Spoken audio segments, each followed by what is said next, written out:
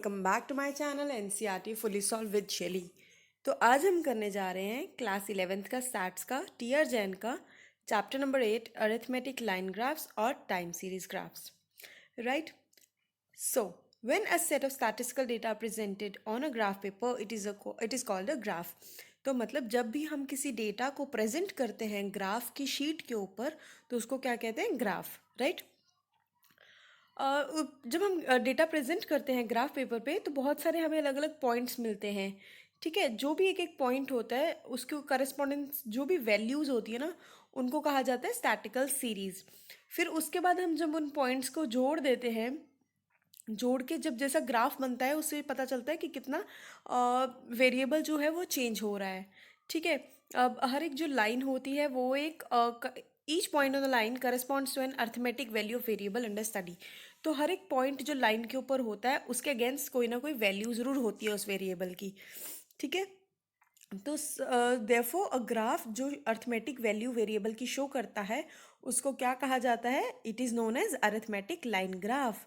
ठीक है, मतलब जो भी ग्राफ जो कुछ वैल्यूज शो करता है वेरिएबल्स की, अरिथमेटिक वैल्यूज, उनको कहा जाता है अरिथमेटिक लाइन ग्राफ। ये जो ग्राफ्स होते हैं ये टाइम सीरीज डेटा को कई बार प्रेजेंट करने के लिए होते हैं। और जैसे सपोज एक्सपोर्ट की वैल्यू कितनी है, इंपोर्ट्स की वैल्यू कितनी है, इस तरीके से।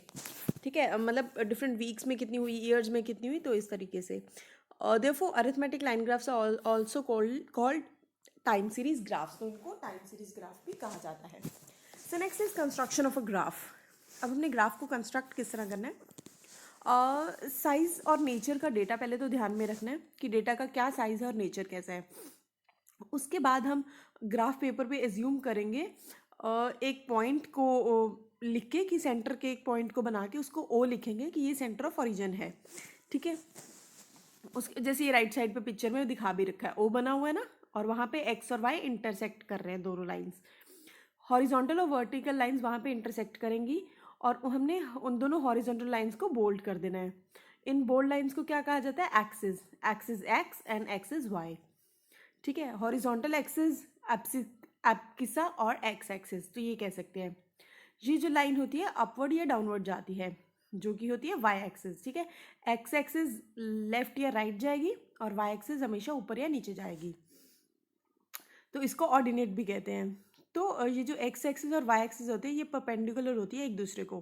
परपेंडिकुलर समझ रहे हो, जैसे 90 डिग्री बन रहा है हर तरफ से, आप देखोगे तो ये क्या करती है, ये प्लेन्स दो लाइंस को चार पार्ट्स में डिवाइड करती है। तो हर एक पार्ट को क्या कहा जाता है, क्वाड्रेंट। ठीक है, quadrant 1, quadrant 2, quadrant 3 and quadrant 4। Point of origin in the graph is indicated by English letter O, तो इसको इंग्लिश लेटर ओ से भी डिफाइन किया गया है। पॉजिटिव वैल्यू जो एक्स की है वो राइट साइड पे होती है हॉरिजॉन्टल एक्सिस के, और Y end of Y towards upper side in the vertical line, और वाई की जो होती है पॉजिटिव वैल्यू वो ऊपर साइड पे होती है। ठीक है, मतलब एक्स की जो पॉजिटिव होंगी वो ऊपर वाली साइड पे, एक्स और वाई के बीच में होगी ऊपर, और पॉजिटिव साइड वाई की होगी वो भी राइट साइड पे होगी। ठीक है, अब लेफ्ट साइड देखो लाइन का, वाई का जो लेफ्ट साइड है वो माइनस एक्स होगा और प्लस वाई होगा, क्योंकि वाई का तो पॉजिटिव ऊपर है। अब वाई का नेगेटिव किधर है, नीचे, और एक्स का मतलब एक्स का पॉजिटिव जो है वो राइट साइड पे है, एक्स का नेगेटिव जो है वो लेफ्ट साइड पे है, लेकिन जो वाई है उसका पॉजिटिव ऊपर की साइड है और नीचे की साइड उसका नेगेटिव है।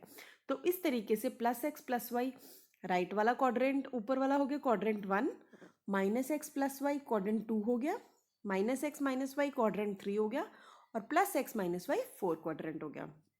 ये चीज़ बस याद रखना, ऊपर वाला जो y का है वो ऊपर पॉजिटिव है, y का नीचे नेगेटिव है, x का ऊपर राइट साइड पॉजिटिव है और x का लेफ्ट साइड नेगेटिव है। ठीक है, तो आपको अपने आप आ जाएगा वो करना। उसके बाद है कंस्ट्रक्शन।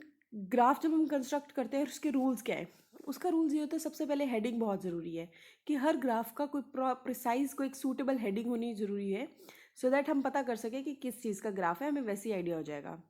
उसके बाद स्केल की चूज़ करना बहुत ज़रूरी है, एक अप्रोप्रिएट स्केल चूज़ करना है कि किस पे हम डेटा प्रेजेंट करेंगे।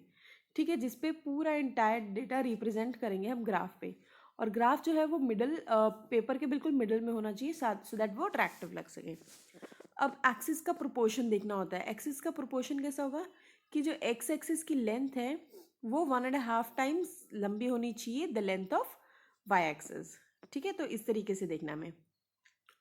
Method of plotting the points, ये चीज़ का ध्यान रखना है कि इकोनॉमिक्स और बिजनेस स्टडीज जनरली पॉजिटिव होते हैं, इनको हमने फर्स्ट क्वाड्रेंट में शो करना है। ठीक है, accordingly the point of origin is fix to left and lower proportion of graph paper.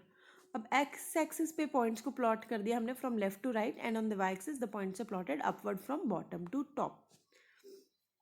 अब डिफरेंट टाइप्स की लाइंस होती हैं, अगर एक लाइन है तो कर्व ड्रॉ कर सकते हैं। अब ठीक है, मतलब एक से ज़्यादा लाइंस है तो कर्व ड्रॉ कर सकते हैं किस तरीके से। अब हमें डिफरेंशिएट इन लाइंस को करना हो तो कोई ब्रोकन लाइंस में कर सकता है, कोई डॉटेड लाइन में कर सकता है, तो कोई बोल्ड लाइन में कर सकता है। नेक्स्ट है table of data. It would be useful to give the table of data along with graph of data. अब डेटा के साथ साथ हम अगर टेबल भी बना दें तो बहुत बेनिफिशियल रहेगा, समझने में आसानी रहती है। तो ये चीज़ें हैं कि किन किन चीज़ों का हमें ध्यान रखना चाहिए ग्राफ बनाते वक्त। फॉल्स लाइन का यूज़, इफ़ द वैल्यू अगर सीरीज़ में बहुत बड़ी है और difference between the smallest value and zero is high, and if the values are to be indicated on Y axis of the X, then Y axis started somewhere above the point zero. ठीक है, तो ये चीज़ को ध्यान रखना है। अब example क्या है, अगर 2013 में 35,000 शुगर डिमांड करी और 2014 में भी 35,200 हुई, एंड 35,800 टन 2015 में हुई, तो इसमें क्या है, डिफरेंस जो है वो मिनिमम क्वालिटी का है। ठीक है, और ज़ीरो बहुत लार्ज है। It would be not be proper to write 35,000 immediately after zero on the Y axis. तो एकदम से लिखना बहुत, मतलब हम एकदम से 35,000 पे नहीं पहुंच सकते ना। सो उसके लिए हम क्या करेंगे, ठीक है, क्योंकि उससे क्या होगा, ग्राफ वेस्ट लगेगा, ख़राब सा लगेगा और क्लमजी लगेगा। सो उसके लिए हमने क्या करना है, बिल्कुल स्मॉल से पोर्शन पे हमने उस ग्राफ पेपर पे एंटायर डेटा को रिप्रेजेंट कर देना है। ठीक है, ये देखो हमने जैसे वाई एक्स एक्सिस पे एकदम हल्का सा हाइक लिया है और वाई पे कट लगाया है, तो इस तरीके से। और उसके बाद हमें एक लाइन या कर्व ड्रॉ करना है, डिफरेंट पार्ट पॉइंट्स को नोट करके उनकी जो भी सीरीज बनती है उसको लाइन या कर्व में हमने ज्वाइन करना है। अभी आ गया one variable graph. One variable graph कौन से होते हैं, ये वो ग्राफ होते हैं जिनमें सिर्फ एक ही वेरिएबल, जिनमें जो वैल्यूज़ होती हैं वो सिर्फ एक ही वेरिएबल की दिखाई जाती हैं टुवर्ड सम टाइम पीरियड को लेके। ठीक है, अब ये यहाँ पे जैसे जनवरी टू जून की उन्होंने हमें प्रोडक्शन दे रखी है कि प्रोडक्शन कितनी हुई जून से जनवरी से जून तक की। तो ये क्या हो गया, वन वेरिएबल ग्राफ। क्यों, क्योंकि इसमें सिर्फ एक प्रोडक्शन के बारे में ही बात की गई है। तो अब जैसे मंथ जनवरी में 5 प्रोडक्शन हुई, 5 क्विंटल, फेब में 7.5, फिर मार्च में 5, फिर अप्रैल में 10, तो इस तरीके से 15 तक गई। अब हमें क्या करना है, स्टेप्स को हमें क्या देखना है, सबसे पहले टाइम पीरियड देखना है मंथ्स में, एक्स एक्सिस पे लिख के, और प्रोडक्शन हमने वाई एक्सिस पे लिखना है। ठीक है, एक्स एक्सिस पे देखिए जैन फेब मार्च अप्रैल मई जून कर दिया, और वाई एक्सिस पे हमने 5, 10, 15 कर दी, क्योंकि मिनिमम 5 थी एंड मैक्सिमम 15, तो उस तरीके से हमने कर दी।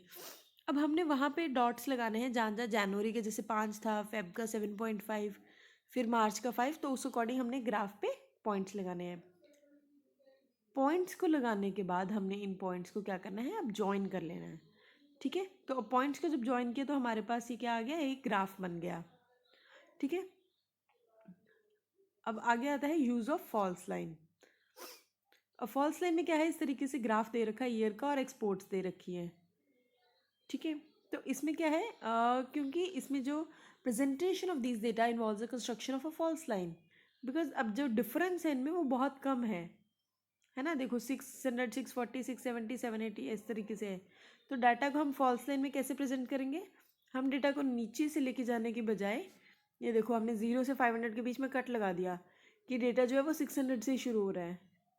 ठीक है, तो हम क्या करेंगे, 600 से लेके 640, 670, 780, 900 पे ग्राफ बना दिया। क्यों, क्योंकि हमने 0 to 100, 200, 300 ऐसे नहीं गए, तो इसलिए हमने 500 से शुरू किया और बीच में कट लगा दिया कि 0 से 500 के बीच में बहुत ज़्यादा है, डिफरेंस अलग अलग आ रहा है, इसलिए हमने क्रॉस लगा दिया। ठीक है, कट लगा दिया। अब वो कहते हैं दो या दो से ज़्यादा वेरिएबल ग्राफ हो, 2 और मोर देन 2 वेरिएबल ग्राफ, ये वो ग्राफ होते हैं in which value of 2 variables are shown with respect to some period of time. मतलब जहाँ पे दो चीज़ों की बताई गई हो एक ही टाइम पीरियड में। अब suppose Jan Feb March, Jan to June, फिर वही ले ली, प्रोडक्शन तो सेम लिख ली, अब इसमें हमने सेल्स भी ऐड कर ली। तो ये कौन सा ग्राफ बन गया जहाँ पे दो वेरिएबल आ गए, variable means production sales. Variable का मतलब मैं फिर समझा दूँ क्या होता है, जो चीज़ें वेरी होती हैं, मतलब कभी ऊपर कभी नीचे, ठीक है। सेल्स भी ऊपर नीचे हो सकती है और प्रोडक्शन भी ऊपर नीचे हो सकती है। So two more than two variable graph हो गया प्रोडक्शन और सेल्स का। अब इसको हम कैसे बनाएंगे, पहले हम ऐसे ही एज इट इज़ जन टू जून लिखेंगे और 0 to 20 तक लिख दिया, 5, 10, 15, 20। उस अकॉर्डिंग हम फिर पहले सेल्स बना देंगे फिर प्रोडक्शन बना देंगे, लेकिन इन दोनों को अलग अलग डिफ्रेंशिएट करेंगे कि जो डॉटेड लाइन है वो सेल्स है और बोल्ड लाइन जो है वो प्रोडक्शन की है, ठीक है। तो इस तरीके से अब वो कह रहे क्या रूल्स है डायग्राम और ग्राफ को कंस्ट्रक्ट करने का। जनरल रूल्स क्या है कि प्रॉपर साइज होना चाहिए, जो ग्राफ है या डायग्राम है वो पेपर के साइज को सूट करना चाहिए, कि बहुत बड़ा भी नहीं होना चाहिए बहुत छोटा भी नहीं होना चाहिए। नेक्स्ट है प्रॉपर हेडिंग होनी बहुत ज़रूरी है, कि जो डायग्राम या ग्राफ है उनकी प्रॉपर हेडिंग हो, सिंपल और शॉर्ट होना चाहिए। प्रॉपर स्केल होना चाहिए, जो डायग्राम है उसको प्रॉपर स्केल से हमें बनाना चाहिए, डिटर्मिन करना चाहिए, indicate X variable Y variable जब हम लाइंस खींचते हैं तो प्रॉपर स्केल से होनी चाहिए।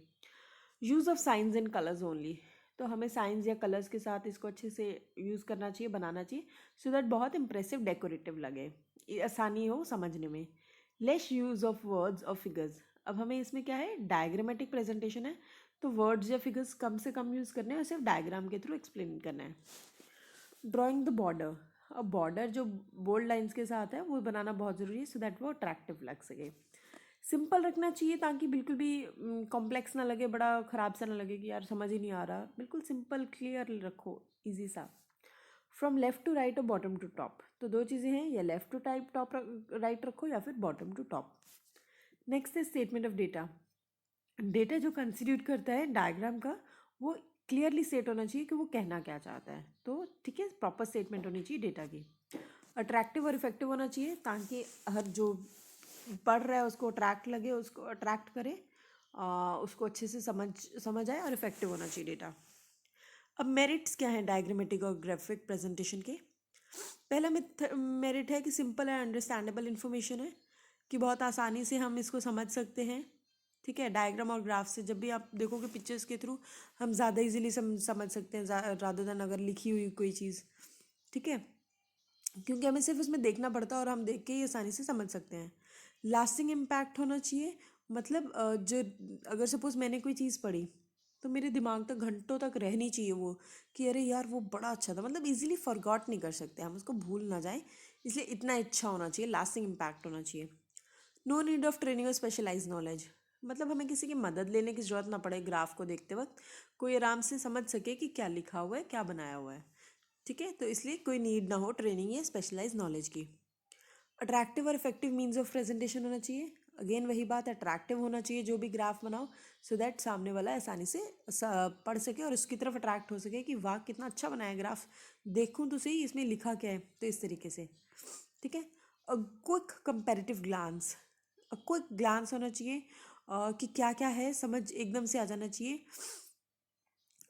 तो बार डायग्राम्स में जैसे कई बार ये होता है, तो मतलब हर कोई समझ सके कि क्या डिफरेंस है, तो कंपैरेटिव अच्छे से होना चाहिए अगर कंपैरिजन का डेटा है ग्राफ है तो।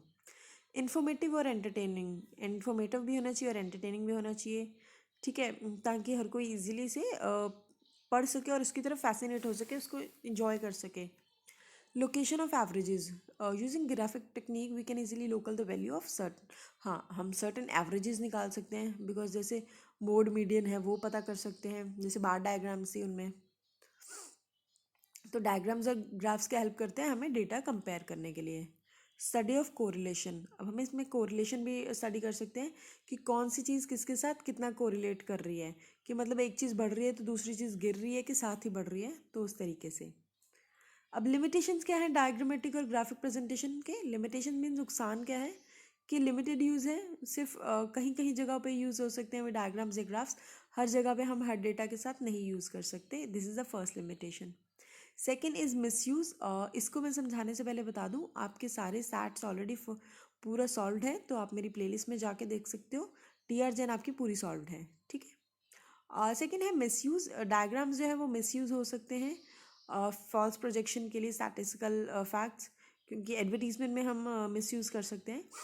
थर्ड है ओनली प्रिलिमिनरी कंक्लूजन्स, क्योंकि इजी नहीं होता फाइनल कंक्लूजन्स पे पहुंचना इन डायग्राम्स के बाद देखने के बाद, सो क्योंकि मल्टीपल इन्फॉर्मेशन जो होती है वो मिस होती है कई बार, तो सिर्फ प्रिलिमिनरी कंक्लूजन्स बना सकते हैं, कुछ फाइनल नहीं होता इन डेटा से। तो ये है इसकी limitation. So with this we have finish your chapter. कुछ क्वेरी रहे तो प्लीज़ कमेंट करके बताओ। Till then take care, bye, have fun.